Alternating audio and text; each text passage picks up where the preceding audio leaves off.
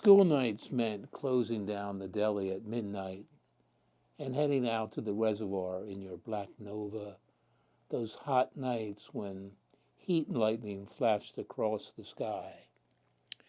The woods were a deep and inviting thing, breathing with night sounds, a soft buzzing of life. We ran into it, the two of us, wild as unbroken horses. There was the moon dripping high, light on us, and flickering fireflies across the water. We stripped down to swimsuits to wade in dark waters, past rocks and gnarled tree roots, our feet sinking in cool mud. To the night song of crickets, we scanned the sky for shooting stars.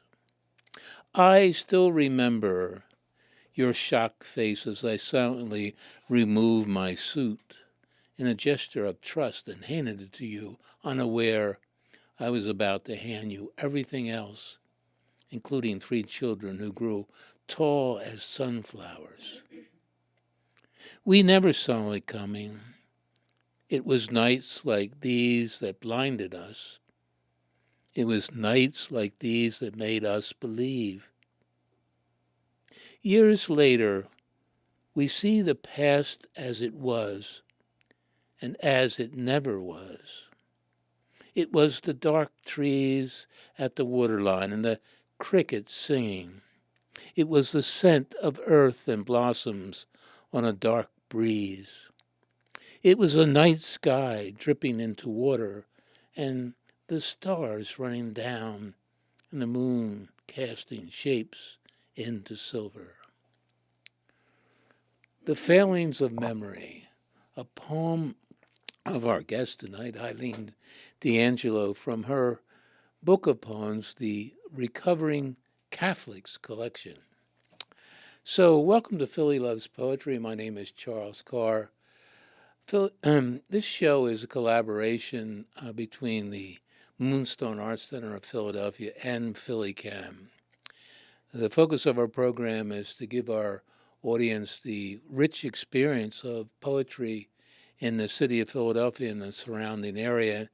And tonight we really have someone, when I use the word Philly loves poetry, someone who in her time in poetry has done an enormous amount to spread the love of poetry in this city and beyond, and that's Eileen D'Angelo.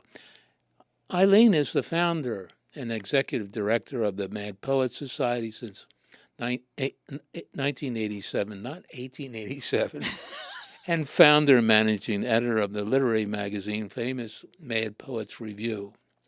Since 1987, Eileen has produced over 1,500 special events. So when I talk about someone who has really created a love of poetry, I don't have to say anymore. These things included poetry performances, slams, readings, conferences, workshops, bonfires, and literary festivals in the Delaware Valley. A former 6-term president of the board of directors of the Philadelphia Writers Conference, Eileen also was the former secretary of the board of directors for the Muse House, a literary arts center in Chestnut Hill, and a very lovely place. Since it's closed because the wonderful people who founded that have passed on, but it was a great place. Eileen was twice nominated for a Pennsylvania Governor's Award in the Arts. She received 2 Pushcart Prize Best of Small Press nominations from Verse Magazine and the Schuylkill Valley Journal.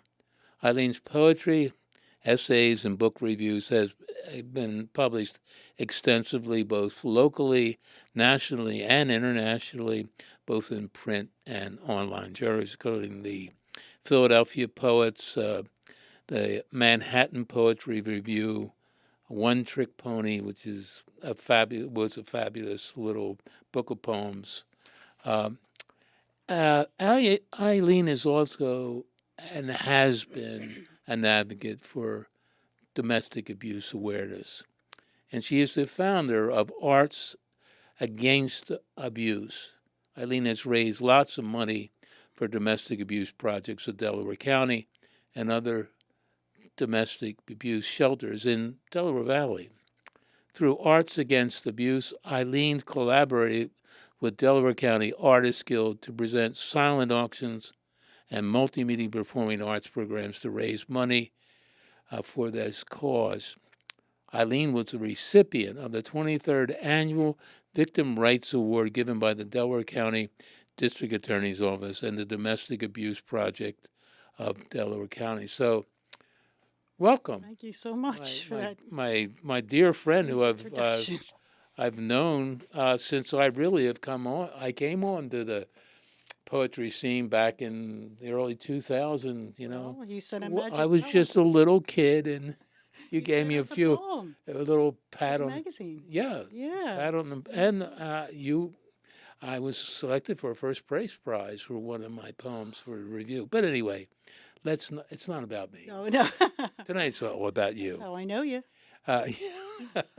So, you know, the title of your book, The Recovering Catholics Collection. Of course, I'm a boy that was raised in the Catholic Church. I was educated in the Catholic school in Germantown. I went to a Catholic high school. I went to a Catholic college. So the word recovering Catholic I've heard many times from many different George people. Carlin. Many different people, yeah.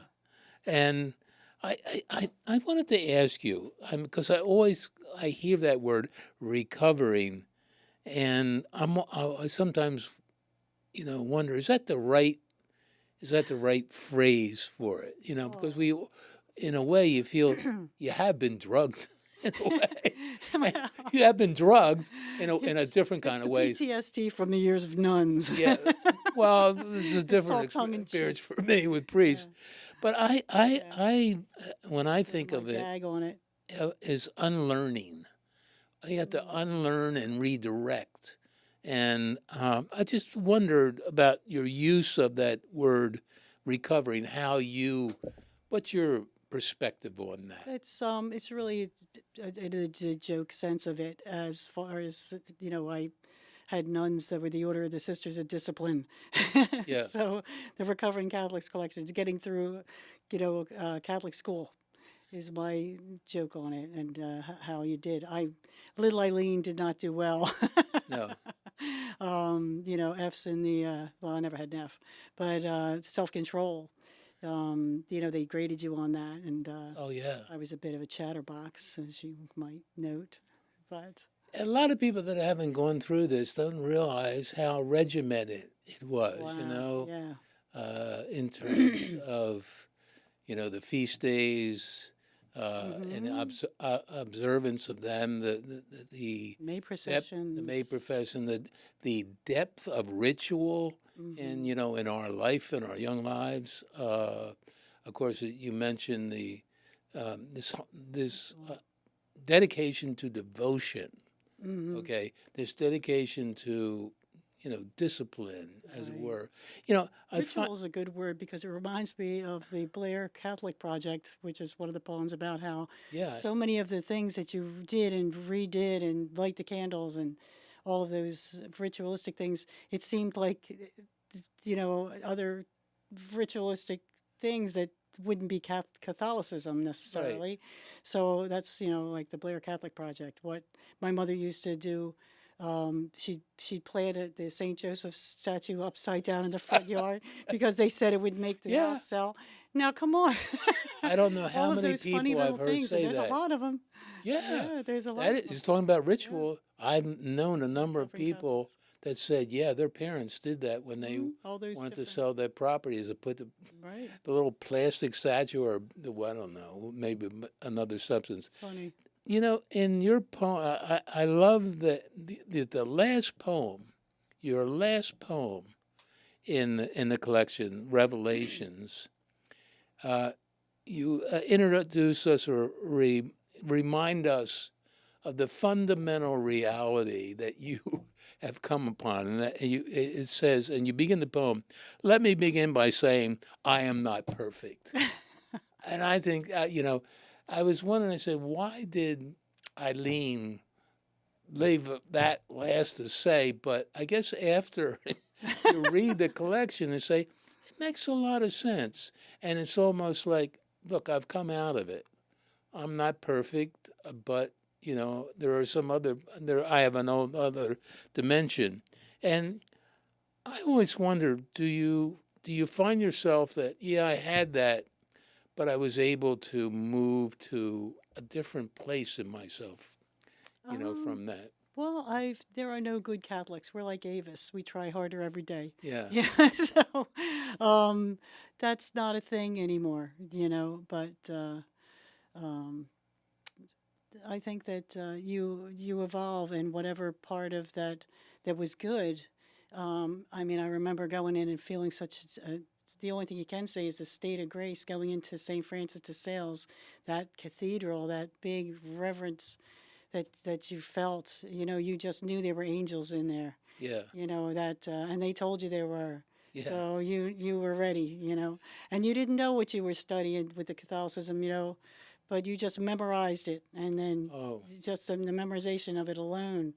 Remember how you used to have to answer questions when the cardinal would be there or something, and God forbid you should blow your answer yeah, because he right. pounded it into you. Yeah.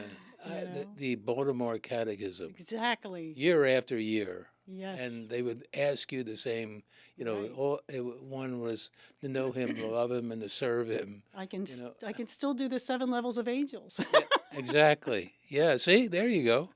In But case she wondered. in the elegy of Euripides, Mm. there's a very interesting line or series or stanza that I felt this is really a great thing in talking about a transformation. You say, "O sister of darkness, O woman of light, your light is the alternative ending. Transcend the myth, walk into the light, and never look back." Mm. And I said, well, this is partially what this is about. I mean, you've looked back, you've written Mm. about it, but is walking to the light? You say, and why did you pick this? Why did you? Because the poem is actually about Lily Yeah. Beta, and one of the things that she believed was she was Eurydice and she was lost, and then because he looked back and she's gone, and I always said that was her belief that's who she was in life, and so my whole thing was, don't your fate was not in his hands. Transcend that myth, walk into the light and never look back. And it was to her, that's not so, that she's going to make it to the light, and she's not dependent on anyone to save her, Yeah. and that's what she Right. taught us, Yeah. as a mentor on the poetry scene for years, dear friend. Who was that again? Lily Beta, Robert Zoller's. Oh, yeah, that's who you Yes, dedicated Robert to. Zoller's wife. Yes, Wow. phenomenal poet. Yeah, Huh. actress. Yep. So I appreciate you asking. Yeah. Yeah. So it is essentially we've rejected the mythology, the hocus pocus dominicus kind of. Now you see it, now you don't. The transformation of the water and the wine into the body of Jesus Christ, and I was always waiting that out of that chalice something's going to come up. The smoke. Yeah. Something. Well, maybe a human form, Yeah. But, Yeah. Right. Oh gosh. but and what I know of you, and I know of your life and the things that you've done. I mean, you work on this side of the law. You've been, and what you've done, all the things you've done for poets and poetry. But I mean, you've extended that element that when people say, "Oh, they left the church, they're sinners," kind of way. Oh, they're living, quote unquote, living in sin. Right. Do you ever hear that? Living in Oh sin. my goodness. But I mean, not who could say that about you? You just transformed away from into a whole new avenue that is more, from my standpoint, more Christ-like, more in line with the Gospels as I know it. Well, I appreciate that. Yeah, That's I mean, an interesting in observation. all the things that you've done, all the things that all the sacrifices that you've made for poetry, and of course your own family, and then with this domestic abuse, I think you're more living it without talking about it, without I appreciate all the ritual and the myth. You're living that message that we didn't click with us. that. Right. The whole be a good person, is Yeah, the thing that you got out of it. maybe I was not paying attention, but I thought it was all Well, and they told much you out so of much. out of my reach, so much out of my reach. So I had to just keep the adoration going. But I mean, I just see, and I see it in, well, and for example, you know, you even use in that one poem, Sunday Morning, Yes. and you say, you haven't lost it because you say, you, on your knees, a reverent communicant, but it's in the midst of Sex. sex. Yes. And I Well, said, there's a reverence there. yeah, there's a ritual. There's, Absolutely. there's But that, we talk about devotion, well, I see a lot of things, even in some of these poems, where you kind of, you kind of carry some with you. When I think of, that poem about the support group, cancer support group, and Roseanne, and I think about, you're taking your mother's ashes down to the shore and the things that you said about your mother, and then that requiem for your brother Joseph. I mean, there's still elements of Right. something that's spiritual true. there, I don't want to call it Catholic, but I just feel we transform. We have transformed. We've absorbed what we can from Took the what we teachings. can and then moved on Right. with it. Right. And it's interesting when you chose the one poem, the sensual poem, that all that repressed sensuality, the things that they didn't tell you, the things that you were not allowed to express, or thinking about this or that was a sin, those kinds of things. I address some of that in the poetry and how that butts up against so much in your daily life, Yeah. And like you said, you take what you can and the rest blows away. Yeah. And it is a transformation, but it's a painful one in some ways at a certain point, and a guilt-laden one also, especially in the two cultures that we were, raised. I was raised, of course, in a strict Irish Catholic, Right. That was big, us big, too. enormous family. Right. I imagine you were, I don't know how big your family, but in your social networks, in your family, I mean, there was kind of probably a bedrock of, Community Catholicism. yeah, exactly. Yeah, poor Eileen.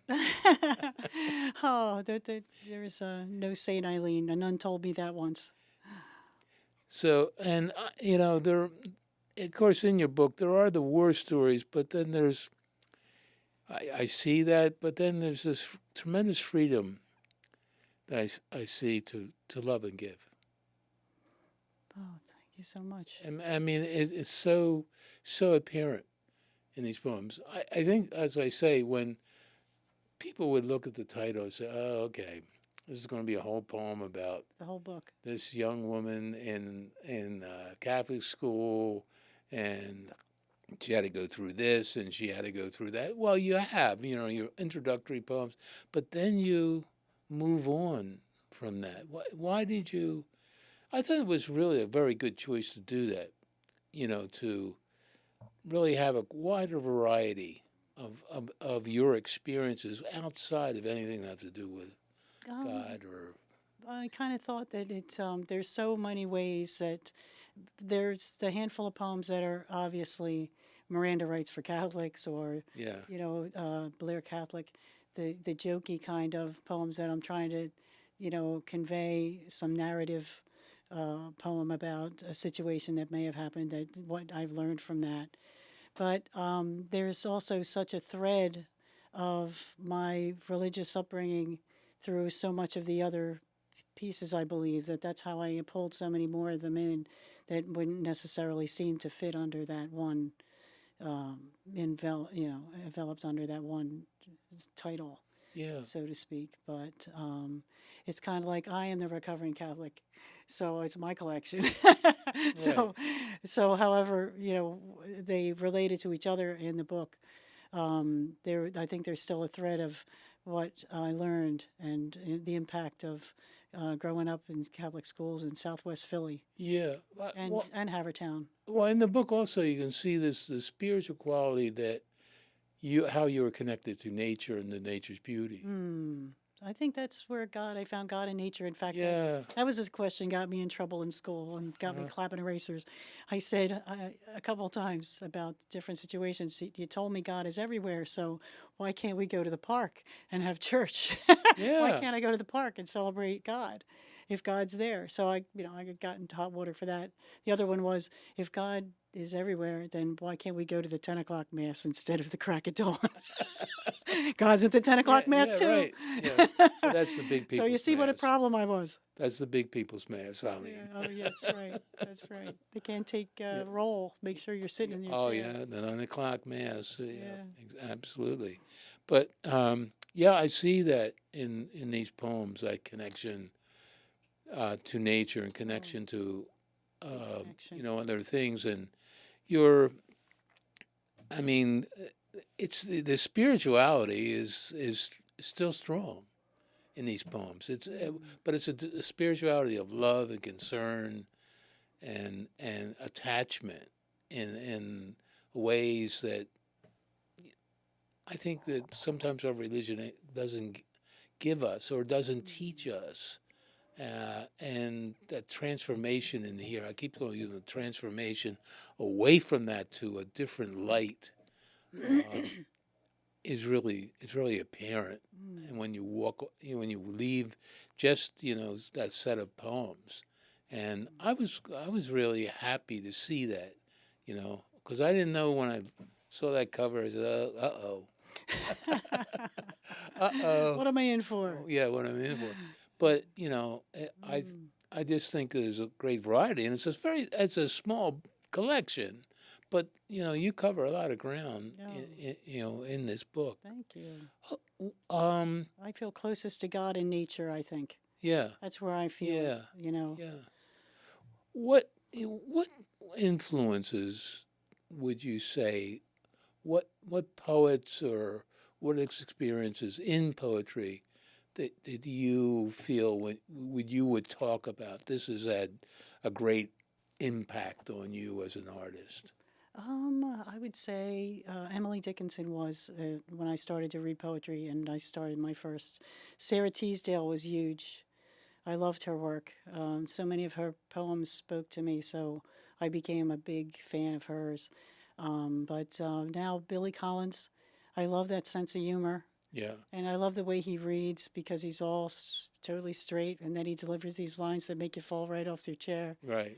So I guess those are some of my influences, and I try to win some humor in. It's the Irish thing Hmm. into the Oh poetry, yeah. whether it's serious or whether sometimes I turn serious. Oh, there's a lot of humor in here.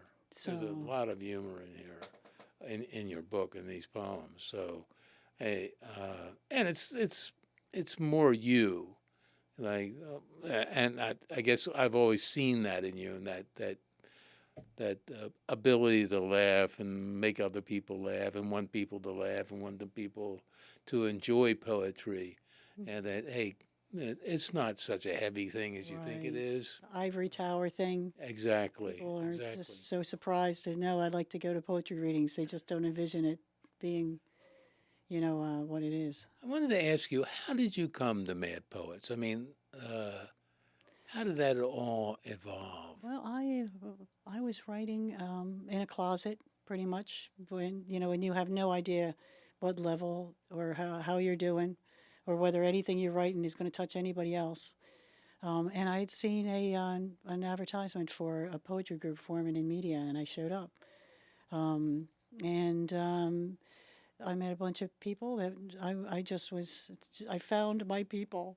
Uh-huh. It was just one of those things. And then we pulled together a poetry festival, the first one, within a year of getting together, there were about 10 of us, I guess.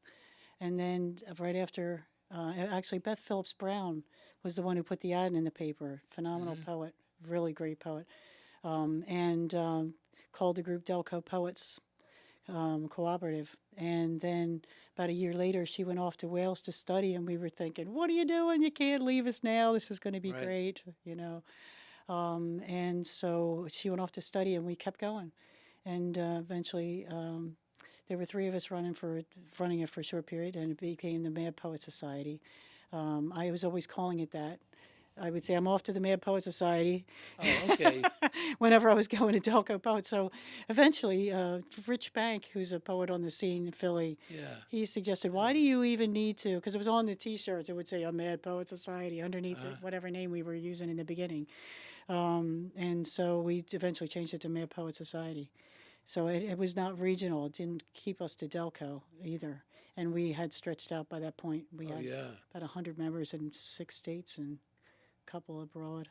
Yeah, I'll tell our audience in around this time, let's say in October, the Mad Poets Society has a festival that they hold in media. And everybody that's everybody. It's a whole full day of poetry. And the great thing is that, and especially after the pandemic, it was a way to see people, poets, that you hadn't seen and reconnect with them. But regardless of the pandemic, it's always a place where you meet up with these people that you not necessarily don't see them at readings, but you admire their work. And they ask you what you're working on. You ask them. They have books, and we can buy books and exchange books. I mean, I think it's just a great. But you've been doing what is it? 25 years? Oh, it was 36, 37. 36 years. Yeah, Wow. yeah, 36 or 7. Wow. I should know this. Yeah. And we've had And over every 50 year it's bonfires. packed. The bonfires are what I love. There's so I much haven't been fun. to a bonfire. I have to go to a Oh, bonfire. you haven't lived, yes. Yeah, I have That's to go to a fun. bonfire. Poets out there under the stars with fire and music. Uh-huh. Yeah, poetry under the stars.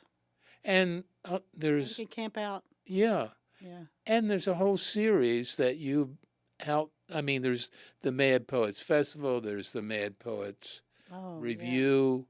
yeah. But Please tune in to looking up the Mad Poet Society because we have so many series. Yeah, And a member of ours, Amy Laub, runs a critique circle, second Wednesdays. Sybil and Forrester runs a series at the Community Arts Center on first Wednesdays. right. There's on Down in Wallingford, right? fourth Fridays at the Philadelphia Meditation Center. Bill Van Buskirk's running a series. They're featured in Opens.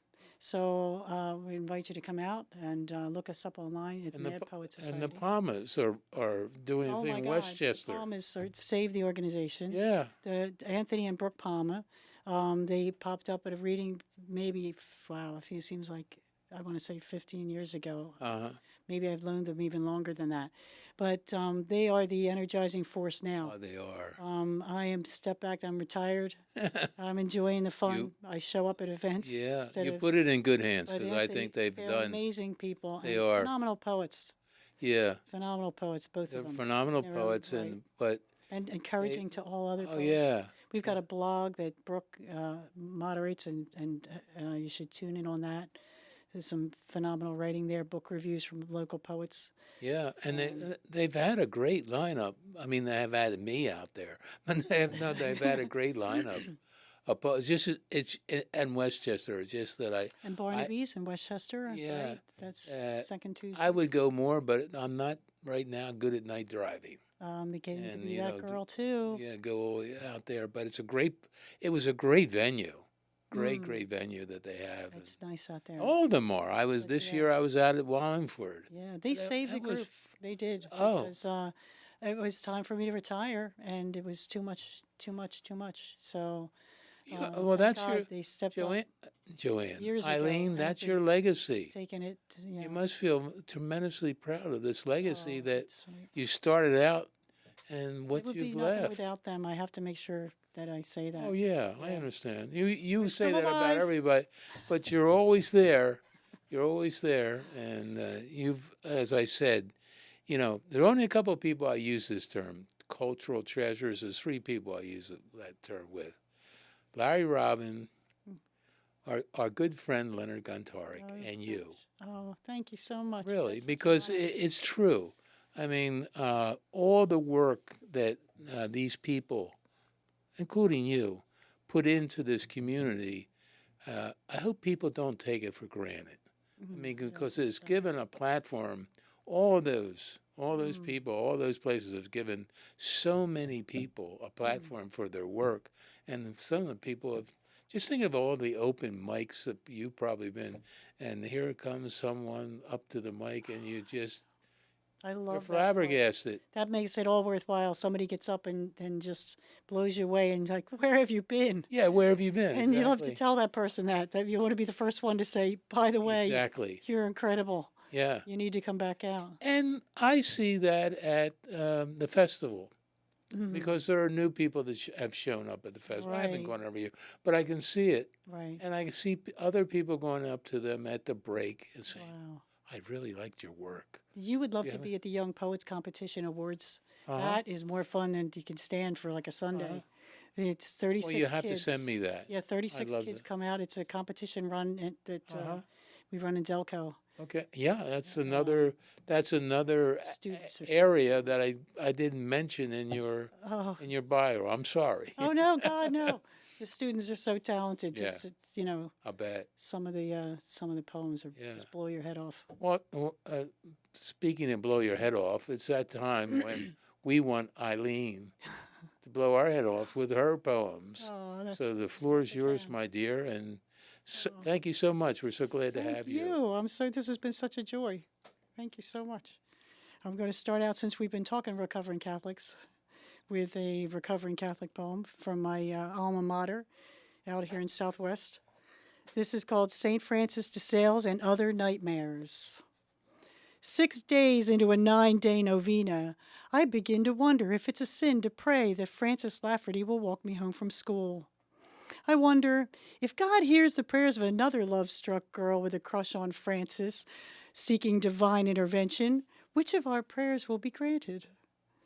In religion class, where I learned too late that questions about Catholicism aren't welcome, I asked Sister why certain things happen during Mass. I thought I understood until a friend asked me to explain. Sister asks if my friend is Catholic. I say no. Her expression froze water. You are questioning the Catholic faith and should be sent to public school where no one will ever be shocked by anything you have to say. After a rough day in the 8th grade with the Sisters of No Mercy, I go home and fall asleep. I dream that I die and God appoints me special advisor to the wing panel, just as Sister meets St. Peter at the pearly gates. I get to ask questions, a la Truth or Dare, before she can enter the kingdom of heaven. Everything I've always wanted to know about nuns or Catholicism, but was afraid to ask. I want to know if nuns have hair under those veils, or if they sleep in their habits. I want to know if she was ever a child, or if she was born a 6-foot-tall pillar of God's righteousness and vengeance, sent down to earth to keep fresh schoolgirls in line. I want to know if she was ever a holy terror who hiked up her plaid uniform to tease 8th grade boys, or French kissed behind the gymnasium. I wake up, and for one fleeting moment, I want to go back to the shiny, polished hallways, to the loud bell at 3 o'clock, exploding us into the parish streets like Roman candles. I want to go back, and for once, when Sister turns that gray color of ash, that familiar just before the volcano explodes face, when, like the shark in Jaws, her eyes roll over black just before she eats me alive. And I want to have the guts to say, I never believed unbaptized babies were cast into limbo, and what I gave up for Lent in 1969 was religion. And you know why the nuns were praying for me. This is another one. I'm going to try not to do too much introduction between, so I know I've gone the clock here. This one is relatively new. This is called The Art of Seduction. On a full moon night, it all came down to what the eyes said when they got their chance. What strikes me even now is the sound of wind rustling in the branches near us, rustling like angels' wings, that powerful wind, how it bent the trees at will, and all the while the lure of the full moon above filling my body with light, my inner tides cresting and falling. There were angels on the wind that night, and banshees warning of a death of something yet unknown. Those gathering angels tasked with keeping my restless, reckless heart in line, working overtime. So busy that night, hovering helplessly as it all played out, watching me wrestle with the challenge of free will, God's big mistake to leave it all up to us. Offer up that delicious option of sin and then tell us we can't, tempting us with the juicy red flesh of the apple, dangling it before hungry eyes, teasing weak souls struggling to resist. A cruel joke among the deities. They laugh at our foolish calamity as they watch us swim into dangerous currents, listening to our hearts breaking in the night, as I can hear mine now. Night after night, reliving every second, replaying every word, every nuance, the sweet scent of fallen leaves and rich earth mingling, the night sounds calling, all of it calling me, the wind, the crickets, and you whispering, the way the woods beyond my wind whisper to me even now. A rush of senses, everything louder, every sound magnified, that soft white noise that doesn't let words in, doesn't let logic slip into this space where mere inches separate us, this sacred space between us where electricity arcs. I hear the stars jangling overhead like wind chimes, giggling at foolish, faded lovers, teetering at the edge of love. Warnings falling away like meteors above us, the sky falling, the very sky falling, while earth shuddered below our feet. And none of it was heard. None of it was heard as the sky crashed down, changing our lives forever. There is nothing but this moment, nothing else. There is no time, no shame, no thought, no way to shift my eyes from yours while you pierce me, enter me with one look, melt me at the brush of your hand, an orchid's petals unfolding earth's seduction, the subtle secrets orbiting like the galaxies around us, cosmic islands of stars, of dust, of our own dark matter, existing, breathing, expanding, the two of us yearning to ignite in the darkness. There is only this moment when I am swallowed whole by the world inside your eyes. I'm held by this universe, this dark planet that holds every secret, every fantasy, every thought. Your touch is a language deeper than words. I succumb to the gentle turning of the earth, and you, too delicious to pretend these sparks aren't arcing between us, too hard to deny, to act as if this chemistry isn't seeping into every cell, too late to pretend it didn't happen, too slow to close Pandora's box. Thank you. This is a silly one. Somebody once called me this my signature poem. This is what you get when you cross a paralegal and a poet. This is called Miranda Rights for Catholics. I spent my youth wondering if I was a good girl, trying to decipher the complicated justice system, the Catholic justice system. I pondered penances dispensed at confession, the recitation of memorized prayers that restored your soul to the state of grace. But where can you go for answers to your most pressing Catholic questions like, do mistakes rise to the level of an actual sin? And where's the line between venial sin and mortal sin? And how long do they stay on your soul? And how do they know? In religion class, they taught us that merely thinking an impure thought was the same as actually doing it. No matter how hard you tried, there were sins on your soul. Sins from thinking about sins, sins from wishing you could commit sins, even sins on our soul from before we were born, because Eve was the original bad girl. I was pretty sure I wouldn't have been the apple had I been there, but here I was blamed for it anyway, the same way Mother Superior kept the whole class after school because of one kid, one brazen article with a shameful lack of faith. Now, there are lawyers for the arts, and there are lawyers for the Judicial Review Board, but what we need are lawyers for the morally challenged, experts in sinner's law. Who better to stand for the common man than lawyers who are sinners themselves to interpret God's laws and tell us what the Bible is really saying? Someone to find the legal loopholes and hammer out plea bargains to avoid lengthy trials on Judgment Day. Imagine a lawyer in the confessional box to tell the priest, you need intent to make that sin stick. And how long will this stay on my client's record? Someone to advise you to plead the fifth when you really need to. Bless me, Father, I cannot confess on the grounds that it might incriminate me. Someone to bang their fist on the defense table and shout, for God's sake, my client has suffered enough. She's the mere mortal in all this, and your client is the all-powerful and living God, who could have prevented her from thinking impure thoughts at any time. At the very least, he's an accomplice, a co-defendant, guilty of coercion and entrapment. 3. I think I missed my true calling. I should have been a barrister on the court of human frailty to speak for the modern-day Mary Magdalens, those who still carry the weight of that apple. Let's see. I always have a way of putting a title together that seems like it's going to be a funny poem, but then it isn't. So, here's one of those. This is not funny, but it is silly title. How to Get Over It in 5 Easy Steps. Step 1. Whatever it is, take a run at it. The door cracked to expose the sliver of darkness where the beast waits. The hand that slips from beneath the bed to grab your ankle. The spirits, both ghosts and frame of mind, dark and ominous. Just face it. The wasps, the dark highway at night, the broken heart. Step 2. Lean into what aches, what hurts. Whatever it is, whatever grips you in the night, take it. Bend with it like light sifting through you.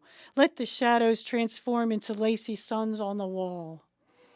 Whatever consumes all thought until sleep becomes something you pray for, you cry for, you beg for. The peace of a dream, the gift of letting go. Calmly look it in the face. Say it can't end you. Step 3. Immerse yourself as the shivers come. Be brave. Imagine an exorcism. Remember, dark things grow without light. Desensitize slowly. Bleed a little. Play songs that remind you over and over. Strip their power. Go ahead. It can't hurt anymore, can it? Stand firm when the shock shoots clear through you. You can win this battle. Just be standing when it's over. Standing is enough. Step 4. Keep moving. Anticipate that next breath. Tell Bukowski you've learned how to walk through the fire. Let Whitman hear your barbaric yawp. As it bubbles up, celebrate. This is your dark champagne, your gift of salvation. Step 5. Breathe. Release that breath in exaltation. There's no turning back. Believe you're stronger. And now, dear God, just make it true. Thank you. I'd like to read a poem that's from almost another life ago now, from my written from my ex-husband. This is called Marksman. Marksman. You had a keen eye for targets, a skill for guns, knives, ninja stars with shiny, sharp edges. Any weapon could be mastered, even words, honed to a point the way an inmate might sharpen a plastic fork into a shiv. Practice makes perfect, you'd say, firing your weighted knives into a bullseye. Your aim suffered after the first six-pack. Still, you threw knives at me with enough force to make them stick in the butcher block wall above the sink outlining my form. There was no better way to prove a point than to drive your fist through glass. Nothing better than pain to sting you alive. You met defiance by cleaning your guns. The blast from the sawed-off shotgun blew the top of the dogwood tree clean off. It came down, cracking as though struck by lightning, falling in the thick July air, my sister crying, children huddled in bed. In the dim basement, I talk you down, me, a hostage negotiator, saying everything you wanted to hear. Yes, you're a good man. No, I'll never leave. The tears, the alcohol, the loaded gun, you, smoldering in the dark. If anyone out there finds himself in a domestic abuse situation, there is an agency in Delaware County, and they have resources all over, and they're the Domestic Abuse Project of Delaware County. And I just wanted to let anyone know that's in earshot that may be suffering from any type of situation. They're phenomenal, and that is the Domestic Abuse Project of Delaware County. You remember your junior prom? Yes, I do. Well, here's mine, for good or better or worse. This is called Lessons in the Dark. 1975, and it's Haverford's junior prom. Mom and I spent Saturdays sewing my gown, a silky pink ruffled thing dripping with lace. Mom still pinning me in the dress that night, still hemming me in, right up to the knock on the door, warning me to mind my virtue.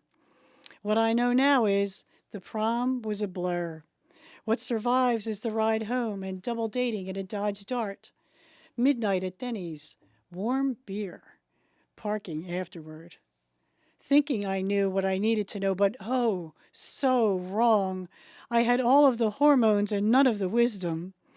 A seed just buzzing with life.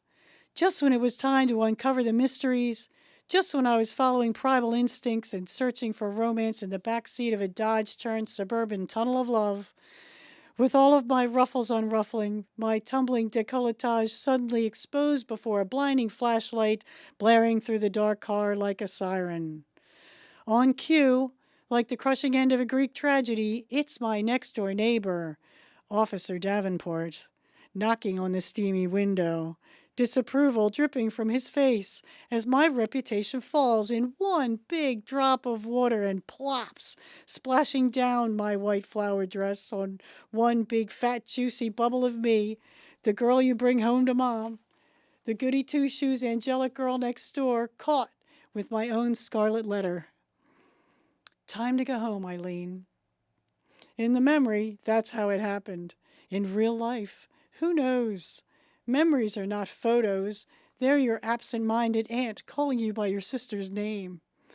Moments tremble and blur, even as years curve like light through a prism, colored and faded by time. This next poem is an elegy for another poet on the scene, dear friend that we've lost, Sandy Crimmins. She was former poetry editor of Philadelphia Stories. At the same time, I was editor of the Mad Poets Review. And strange story, she sent me a poem about death, and I opened it, and it was after her death by like 2 weeks, and the mail came through. So this is his poem They called have a special award. the Sandy Crimmins National Poetry Prize. Yeah. Yes. So this is for my friend Sandy. The Leave Them Wanting More tour for Sandy Crimmins. At the end of a long night, I bury myself in piles of lit mag submissions. You step out of an envelope to ask, how do you mark the end of a life? Your question hanging in thin air like an acrobat suspended from a wire. 2 weeks later, you were gone. Right after we laughed at death, so sure we were too young to be on the Reaper's radar. There must be others closer to his side than us.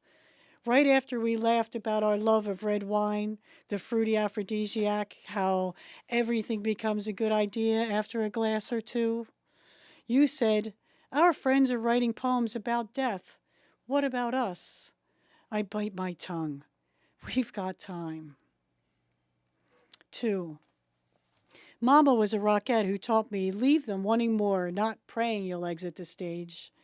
We'll leave them wanting more, like Gypsy Rose Lee, a hint of excitement before the curtain falls, like fan dancers teasing of ecstasy and immortality. The Sally Rands of poetry, our feathers strategically, skillfully swirling. We'll let them wish for one more flirty smile, a little charm, subtle sensuality, with our secrets still intact. A lady always knows when to leave, when to take that dramatic bow, but you left us wanting more. My heart is haunted by the poems you will never write. Your arabesque, your sudden stage left, your words in my hands. And I still need to ask, how did you know? Was it a shift in the seasons? A chill in your bones? Your poem here in my hands, before you took your leave, your last sip of wine, your last loving glance at evening sky. 3. This is what I want. When I reach my expiration date, when I'm off to sing with the choir invisible, I want a party that will make me want to be there, and I'll be there, a naughty Tom Sawyer working my good angels and my bad angels one last time. And whatever happens, there should be dancing. No, this isn't the last stop. This is not the end of the line. And yes, I'll be upstairs with you, because the devil is scared of us, 2 wild women rearranging the furniture and adjusting the heat. It's great. Thank you. We're gonna Great tribute go. to her. Oh, thank you. Thank you. She was a wild woman. This is called Running, and it's relatively new. At 16 on Haverford's track, with legs like pistons and breasts like creme brulee, everything falls away. A solitary pursuit, refuge. Anticipating the starter pistol, on bended knee, I reach down, touch the track. From here, I can see my whole life. Here I'm no charity case, despite the Lions Club donation of heating oil and the church's welcome basket of food. Here, there's no mother beyond reasoning, holding a gun to her head in a phone booth, or struggling to focus on the highway dividing line. No mother sliding into a sofa of despair and vodka. The problems are gone here, pounded into earth. The sound of feet thumping, a heartbeat grounding me, as I round out the last quarter mile, alone with long shadows from slanted sun. At dusk, the sky's darkening. I run miles from the house, where no one holds on to my legs, where no 8-year-old looks up at me, hoping for some miracle I cannot provide. Now, in my 60s, I've outrun memories of other lifetimes. Muscles tense in my thighs as I run the bleachers, slip past ghosts, leave behind doubts and old anger, pound out moments that hang on to my legs, pound out darkness and rise with new resolve, born of pain, of joy, of fire.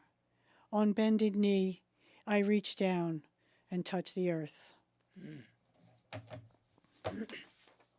Thank you. There's a nun that gets a bad rap here for another nun because her name was so perfect. I had to preserve it for posterity. So Sister Consolata was a sweetheart, but not in this poem. Yeah. This is called Lines to Sister Consolata. Here comes the penguin, we whispered as you swished through the crowd at the Monsignor Bonner dances. Your heavy cross swinging around your neck and your rosary beads rattling. You'd shove one arm between the Prendy girls and Bonner boys who danced too closely, shouting, "Leave room for the Holy Spirit." When you found me in the church basement, tempted by the fire of French kissing, you warned, lust is one of the 7 deadly sins. The soul is a pure white milk bottle, but mine was as black with sin and bound for hell. I was the most brazen girl you had ever seen. I had seen worse. I wanted to say, on the brazen scale of 1 to 10, sister, I am only a 5. I dared not ask, if God made me, then why did he make me brazen? You were his devout servant, tortured by teaching sassy schoolgirls. By now, you've earned your rightful eternal reward at your rightful place at the right hand of God, because you were 1 year older than God when I was in 10th grade. You should know I grew into your label.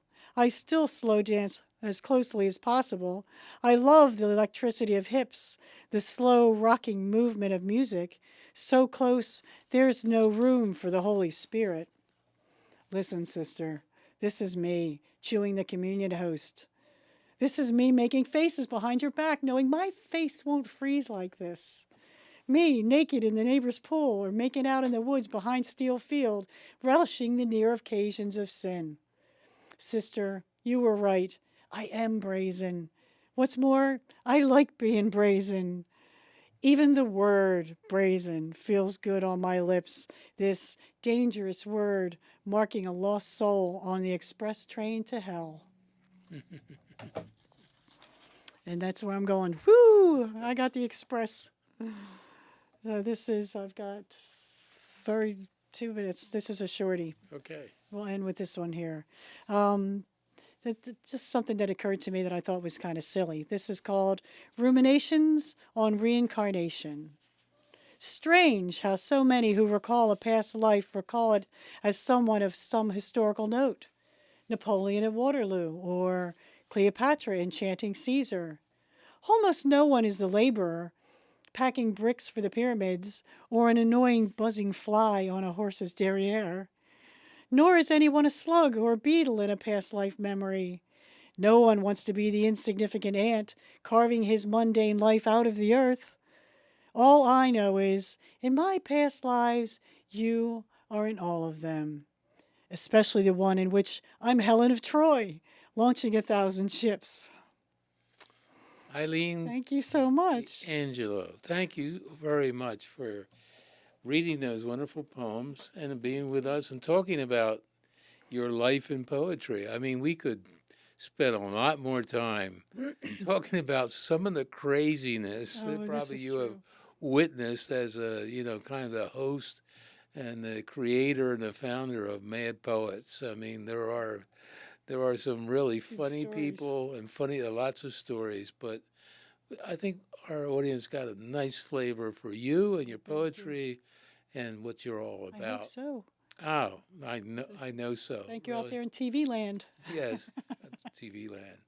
Well, again, thank you very much. And Eileen mentioned, at the beginning and reading one of her poems about her commitment to domestic abuse prevention in Delaware County. And I would say to people, those organizations need your support. And I won't get real political here, but I think they're going to need their support more now than perhaps before.